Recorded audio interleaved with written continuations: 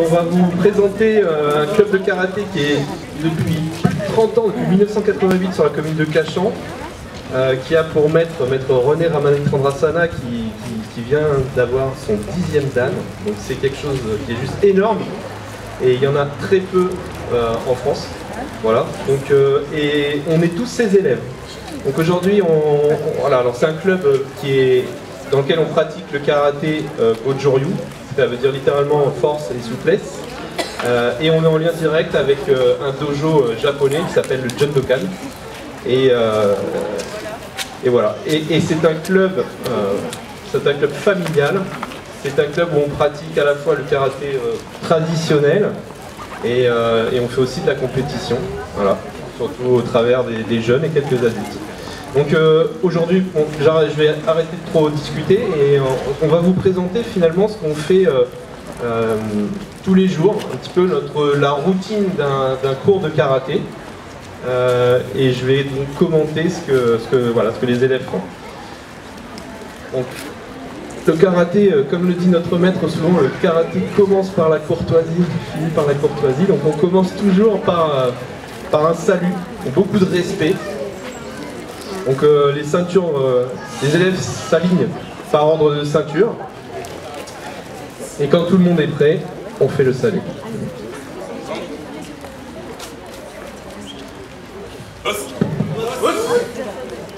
Ok, alors ensuite, on commence tout de suite par un échauffement. Il faut se mettre en condition physique, il faut chauffer le corps.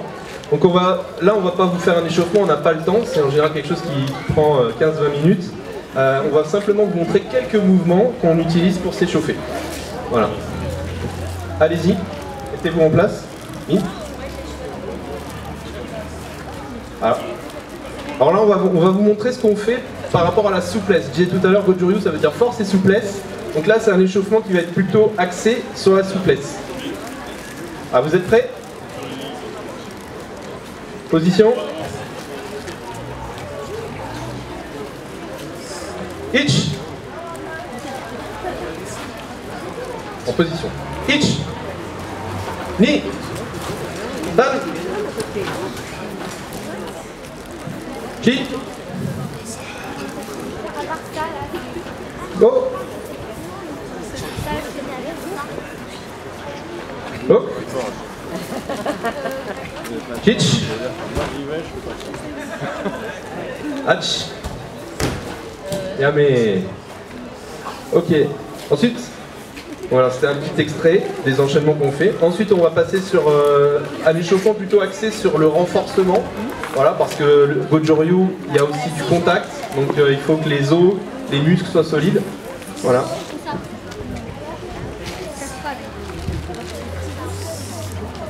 Bonjour. Donc c'est un réchauffement qu'on fait beaucoup à Okinawa, l'origine du karaté Goju-Ryu. Et c'est des techniques ancestrales. Et c'est du renforcement musculaire avec une position de pied qui s'appelle Sanshin. C'est une position ultime dans le karaté Goju-Ryu. Et ça renforce les avant-bras, les épaules et les jambes aussi, tout le corps. La deuxième partie, s'appelle Ekeuke. C'est pareil, c'est avec une position Sanshin, bien ancrée dans le sol et avec une respiration très rythmée. On teste la rapidité et la force de son adversaire. Et c'est des techniques qui paraissent simples, mais qui sont très très compliquées et complexes. Merci. Bon, une fois qu'on est bien échauffé, en général on fait du travail un petit peu technique, qui permet de continuer l'échauffement aussi. Donc, on travaille sur ce qui s'appelle des kihons. Donc là on va vous montrer un kion très simple. On va prendre une position très classique du Goju-Ryu qui s'appelle Chikodachi. Donc tous les élèves se mettent en Chikodachi. Voilà. Voilà. Bras gauche devant, on va faire des tsuki. Tsuki, c'est les coups de poing. Et on va faire aussi on va faire un kiai à chaque coup de poing. Itch. Ni. Dan. Chi. Hop. Kitch. Hatch. Q. Q. Ok. Ensuite, donc là, ça c'est des mouvements simples. Il y a des kions qui sont plus avancés. Donc, allez, vous allez vous mettre au fond, on va faire le kion numéro 3.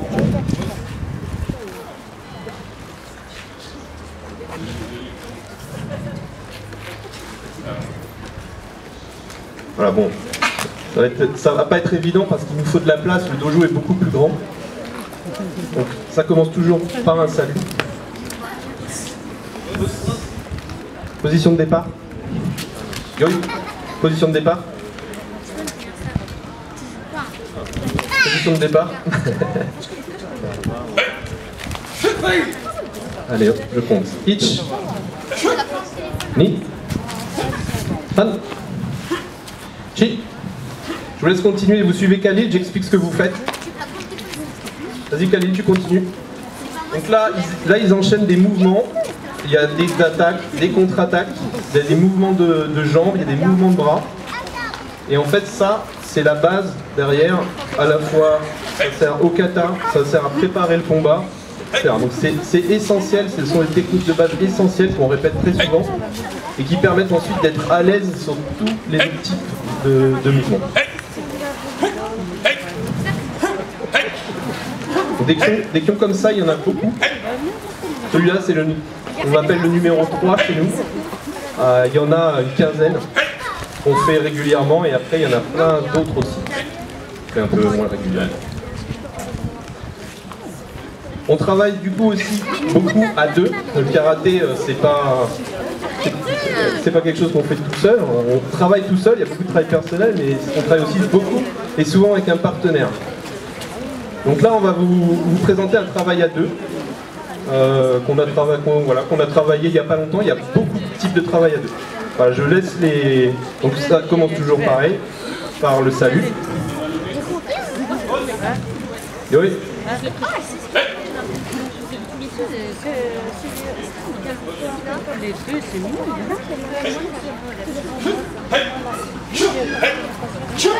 Donc là vous voyez, on travaille aussi des mouvements de base, blocage, attaque, et en même temps ça permet de le faire à deux. Donc là il y a le contact qui permet de sentir à la fois la force, la distance, de mettre de la rapidité, de l'énergie dans les mouvements.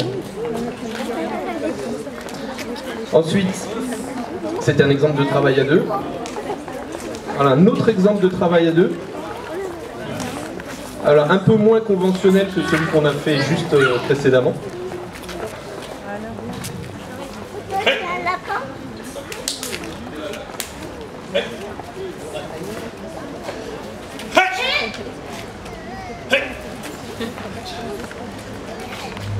Alors on travaille toujours les deux côtés.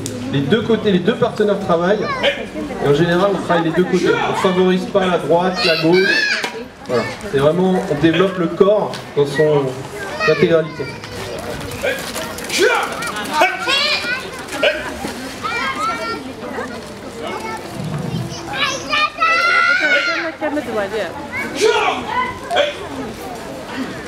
Merci.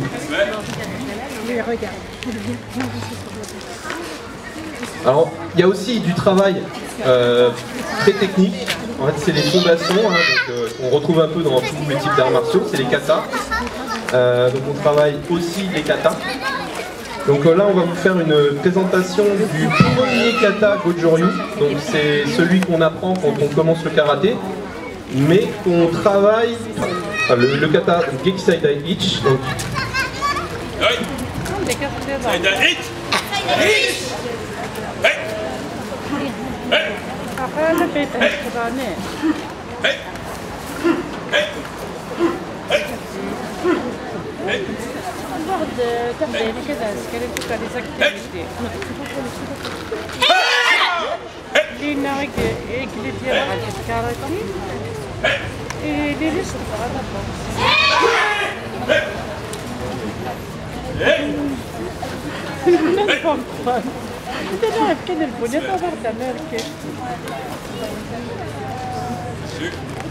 Merci. Donc, on a, ça c'était donc le premier kata, vous voyez, les enfants à partir de 6 ans jusqu'aux ceintures noires, 7e dan, etc. travaillent ce genre de kata. Là on va vous en montrer un autre, toujours le même style, Goju-Ryu, et celui-là s'appelle Seiyunchin. Vous allez voir, il tire ses inspirations du côté de la Chine. Vous allez comprendre pourquoi.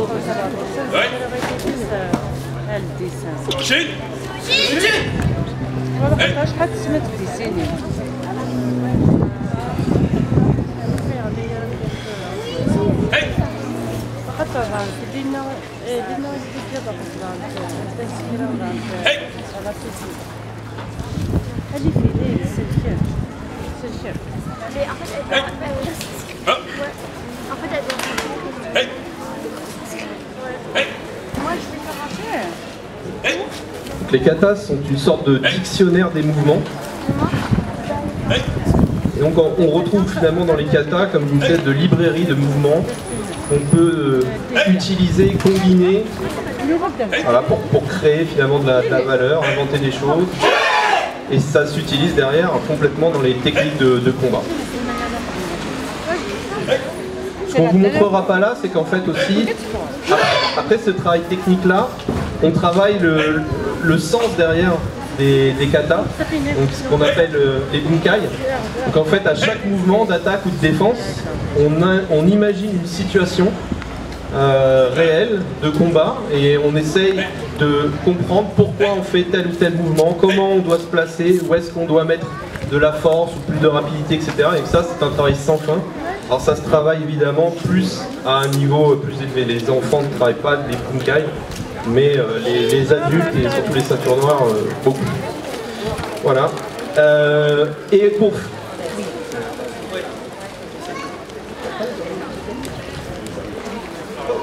Ok, on va vous montrer un dernier kata qui est Super Empai.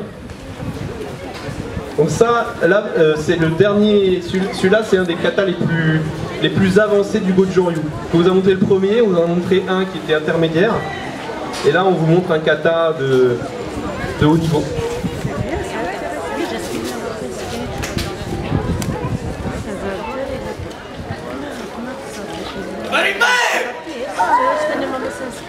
Donc là c'est Min qui présente le kata, donc il fait de la compétition. Il a déjà remporté pas mal de médailles. Donc vous êtes en train de regarder une démonstration voilà, qui d'un certain niveau.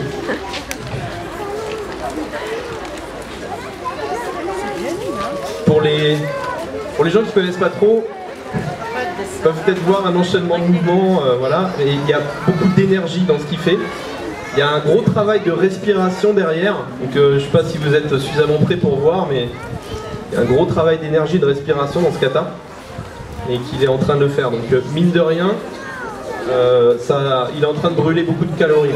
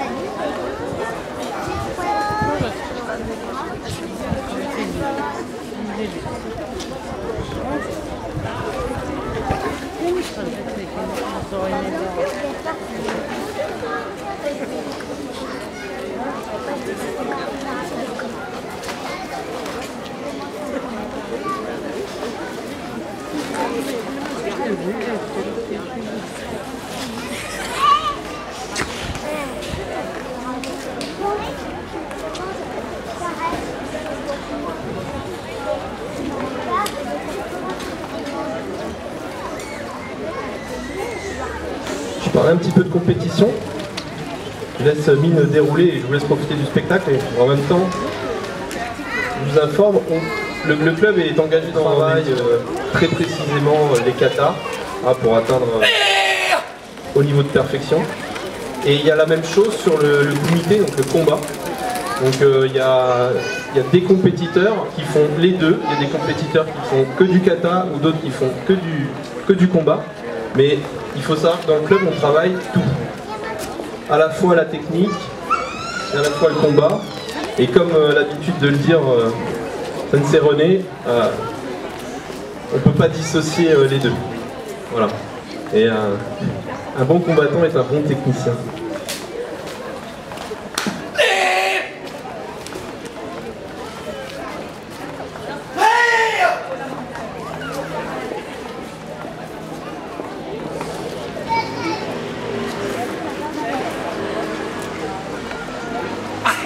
Merci Mine. Bravo. Bravo. Alors, voilà, je vous disais au début, j'étais en train de vous dire qu'est-ce qui se passe pendant un cours. Donc là, vous avez eu donc, des échantillons de plusieurs choses. Et il n'y a pas un cours sans qu'il y ait du combat. Donc là, vous allez voir un combat souple. Donc voilà, entre jeunes.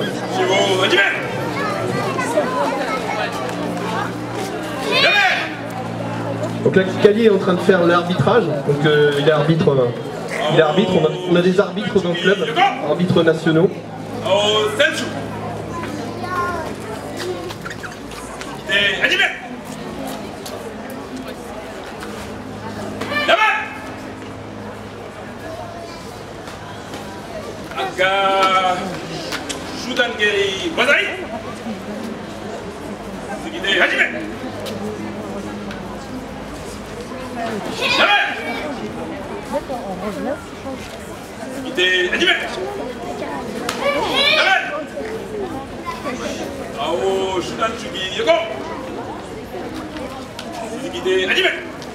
Donc là les enfants sont encadrés toujours comme ça, donc par les instructeurs. On a un maître principal qui est René Ramanitrandrasana, je vous disais tout à l'heure, et il y a 4 autres instructeurs, et dont certains sont arbitres nationaux. Donc les enfants sont toujours accompagnés comme ça, pour travailler sans se blesser, mais quand même rechercher à être rapide, à toucher, à gagner des points. On les encourage vraiment à se développer aussi bien physiquement que dans leur attitude.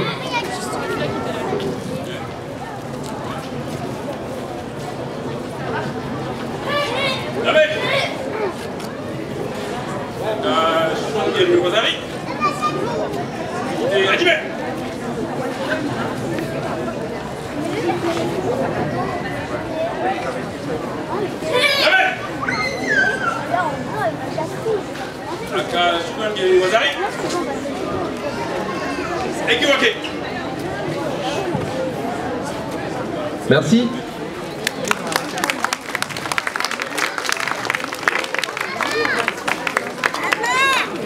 Alors, on commence par le salut, on finit par le respect aussi. Vous avez vu, que ce soit les combats, que ce soit la relation entre les gens. Normalement, on termine en répétant les règles du club, du dojo. On va le faire. On va le faire, allez, on leur rappelle. Il faut éviter toute violence. Sincère et honnête. Faut être sincère et honnête. Chercher à améliorer son caractère. Faut éviter toute violence. Voilà, je pense qu'ils les ont tous dit. Donc c'est ça aussi qu'on cherche à faire, c'est à la fois développer les capacités motrices des membres et aussi faire en sorte de faire passer, de faire évoluer leur caractère dans le bon sens, en tout cas dans le sens traditionnel des arts martiaux, c'est-à-dire dans le fait de mettre tous ses efforts dans ce que l'on fait, d'éviter la violence, de persévérer, etc. Bon, enfin, je ne vais pas en parler longtemps. Merci en tout cas, merci à eux, merci à tous, et on va faire le salut tous ensemble.